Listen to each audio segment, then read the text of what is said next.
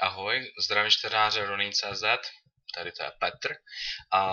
Já bych vám všem chtěl poděkovat za to, že jste si četli můj log, nebo aspoň těch pár z vás, co to četlo.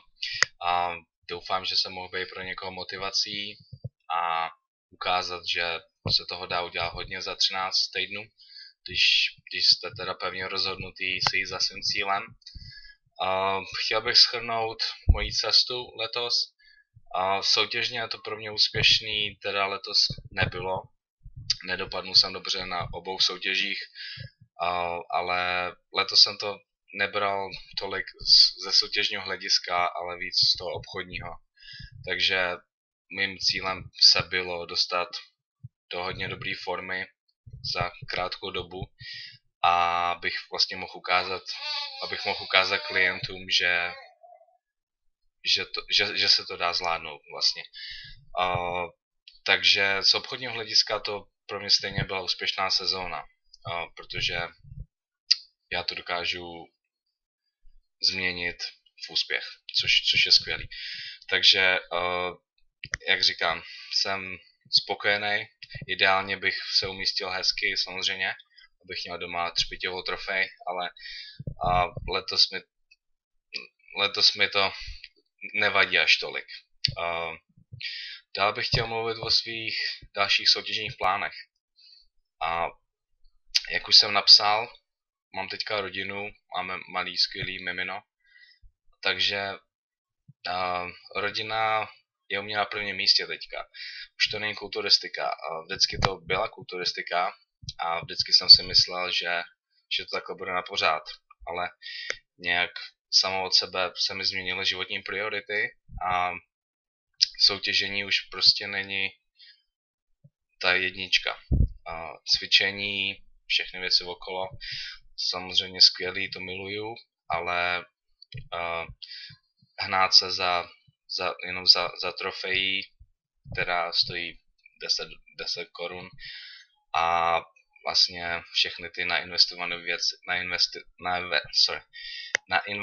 věci, když to poměřím, řeknu jinak, náklady versus příjem z tohohle, ten poměr je dost neideální teda, pokud teda nejseš chytrý, dokážeš to otočit v marketingový prospěch. Ale takže vlastně soutěžení teďka na pár let určitě vynechávám a budu si užívat cvičení a teďka plánuju to udělat cizopasník bude rád, protože teďka aspoň půl roku až rok budu trénovat jenom powerlifting, jenom bench press, mrtvolu a dřepy. Pořád pojedu stylem heavy duty, i když hodně lidí z vás si myslí, že to je kravina. Já osobně jsem teda našel tréninkový styl, který pro mě funguje, a já jsem za to velmi rád, protože ten tréninkový systém mi umožňuje přibrat váhu, jak potřebuju, což je úžasný. Takže já s rychlejším metabolismem jsem se dokázal dostat na 120 kg, což je dost dobrý. Zkusím se dostat vejš a vlastně, takže teďka budu trénovat jednou každých 5 dní, možná jednou týdně jenom.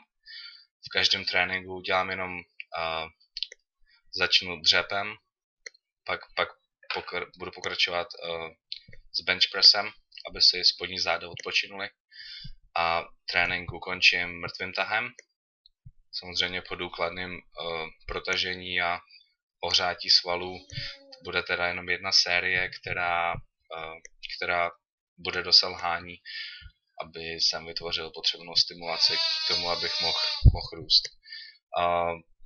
Takže to jsou moje plány teďka. Chci se zaměřit na to, aby byl skvělý táta. Teďka jsem moc času neměl na svoji dceru a to mě dost mrzelo, protože já chci být hodně dobrý táta a dobrý manžel.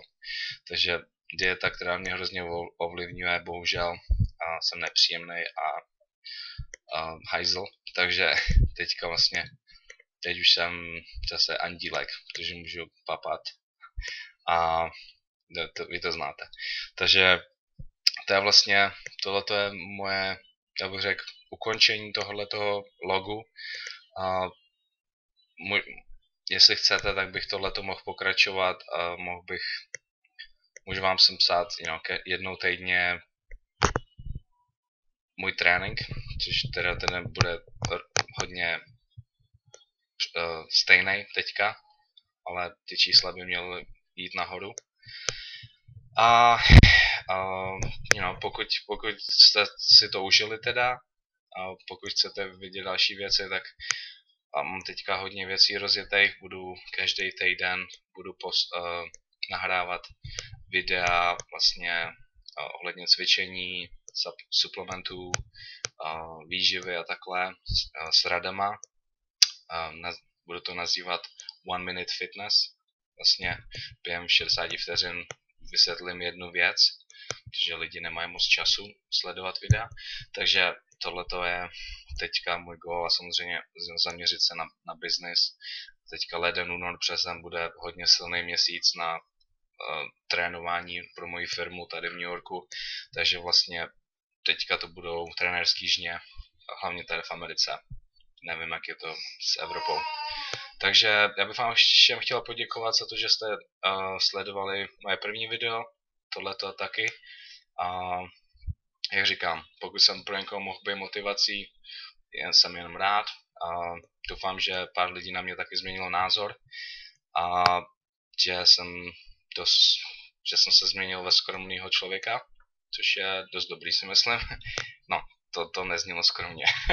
Dobrož, hele, takže děkuju vám a já vám zase něco napíšu. Díky, že jste mě sledovali. Čau.